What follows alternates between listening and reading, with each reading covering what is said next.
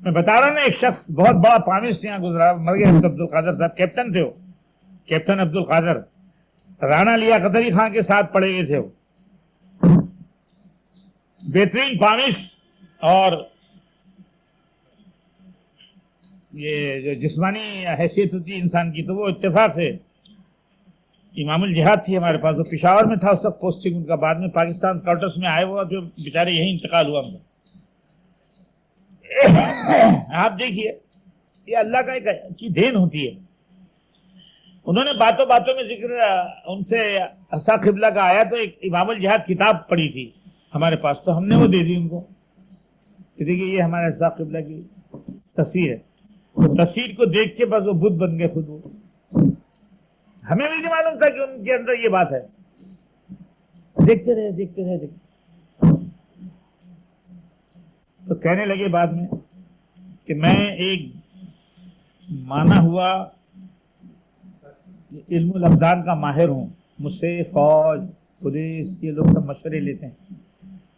تو مجھے جسم کی اللہ نے مجھے بڑی ایک وہ دی ہے، میں نے اسٹڈی بھی کی ہے، مگر ویسے بھی اللہ نے مجھے دی ہے، گفٹ ہے۔ یہ آنکھیں جو ہیں تمہارے حضرت کی، میں دعوے کے ساتھ کہہ سکتا ہوں کہ یہ شخص اگر کہیں بول رہا ہو کہ سوچ لے کہ 1 لاکھ کا 2 لاکھ ان کے حساب سے تو یہ کہ 2-3 لاکھ کا مجمع ہو، اور یہ شخص اگر یہ سوچ لے کہ کوئی اس میں سے چوں نہیں کرے گا، بولے گا نہیں تو نہیں ہلے گا مجمع، یہ آنکھ میں اس میں کمال ہے۔ اور میں نے زندگی میں صرف 2 شخصوں کی ایسی آنکھیں دیکھی ہیں۔ وہ کہنے لگی کیپٹن عبد القادر، صرف 2 آدمیوں کی آنکھیں دیکھی ہیں میں نے، ایک ڈاکو تھا کہنے لگے، اس کا کیس میرے سامنے آیا، میں نے کہا اوہو کتنی خطرناک آنکھ، اور ایک یہ آنکھیں ہیں جن میں ایک جذب ہے کہ آدمی کو پکڑ کے کھینچ کے اپنے اندر ضم کر لے، یہ آنکھیں ہیں آپ کے حضرت کی۔ خیر آپ تو مرید ہیں، یہ ہیں وہ ہیں، اس طرح ہم کو اسے تھپکی دی کہ آپ تو خیر عقیدت میں کرتے ہیں، لیکن میں صرف آنکھوں کے اعتبار سے کہتا ہوں کہ یہ شخص اگر سوچ لے کہ مجمع اپنی جگہ سے ہلے گا نہیں تو نہیں ہل سکتا، اور یہ امر واقعات ہے کہ صاحب کی قوت ارادی سے 1000 کیا لکھوں کا مجمع ہل نہیں سکتا تھا جب صاحب آ جاتے تھے اپنے اس میں۔ حضرت ابوبکر صدیق رضی اللہ تعالیٰ عنہ سے کسی نے پوچھا کہ آپ کو خلافت کیسی ملی، یہ بھی حدیثوں میں آیا کہ آپ خلیفہ اول کیسے بنے، حضرت صدیق رضی اللہ تعالیٰ عنہ سے پوچھا، تو پتہ ہے آپ نے کیا جواب دیا؟ آپ نے کہا کثرت تہجد، اور یہ قرآن کہتا ہے، مزے کی بات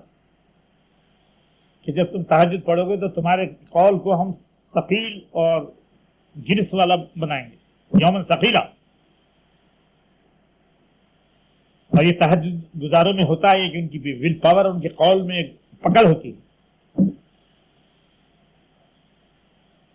تو بات چھوٹے چھوٹے عمل جن کو آپ سمجھتے ہیں نا کہ ان کی کوئی حیثیت نہیں، بہت بڑی حیثیت ہے اللہ کے پاس، کیونکہ آپ کو اس کا علم نہیں ہے، آپ اس سے گزر جاتے ہیں، اس پہ اس کی قدر نہیں کرتے۔ ایک صاحب نے مجھ سے کہا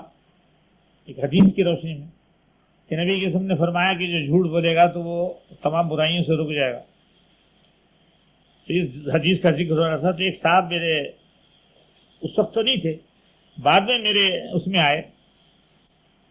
میں نے ملاقات کی، انہوں نے ایک عجیب بات کہی مجھ سے، وہی بالکل نصیر کی طرح جس نے کہا تھا کہ وہ میری آرزو دیکھ کیا چاہتا ہوں تیرے عشق کی انتہا۔ ویسے ایک معمولی آدمی تھے ویسے بظاہر، مگر انہوں نے کہا کہ دیکھیے جو زبان سچ بولے گی، حدیث تو اپنی جگہ ہے کہ جو جھوٹ بولنے والا ہے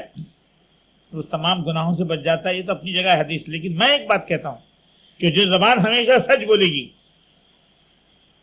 تو وہ کبھی اگر اس کی زبان سے کوئی غلط بات بھی نکل جائے کچھ تو اللہ کو غیرت ایسی ہوتی ہے وہ سچی ہو جاتی ہے، اس لیے دعا اور بددعا دونوں میں ایسا آدمی پرہیز کرے جو سچ بولتا ہے،